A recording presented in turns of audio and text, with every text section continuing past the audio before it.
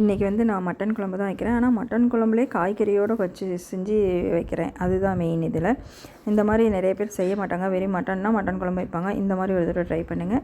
எண்ணெய் காய வச்சு குக்கரில் தான் செய்கிறேன். எண்ணெய் குக்கரில் காஞ்சோன்னே வெங்காயம், பூண்டு, இஞ்சி விழுது, தக்காளி எல்லாம் வணக்கிக்கிட்டேன் அந்த எண்ணெயில்.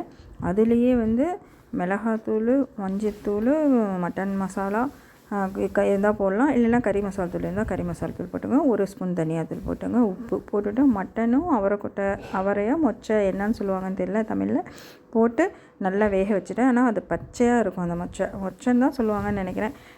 வேக வச்சுக்கிட்டு அதை இறக்கிட்டதுக்கப்புறம் மட்டன் எதுவும் வெந்துடும். அதுக்கப்புறம் கத்திரிக்காயை பாருங்கள், நான் முழு கத்திரிக்காயை எப்படி 4ஆக இது பண்ணி போட்டிருக்கேன். அந்த மசாலாவில் பெரட்டிட்டு அதுக்கப்புறம் தேங்காய் அரைச்சி ஊற்றி குழம்பு நல்லா கொதி வரும். எண்ணெய் பிரிஞ்சு வந்ததுக்கப்புறம் கொத்தமல்லி தழை போட்டு இறக்கணும். இது தோசைக்கும் நல்லாயிருக்கும், சாப்பாடு, டிஃபன் எல்லாத்துக்குமே சூட்டபுளாக இருக்கும். இந்த மாதிரி ஒரு தடவை ட்ரை பண்ணுங்கள்.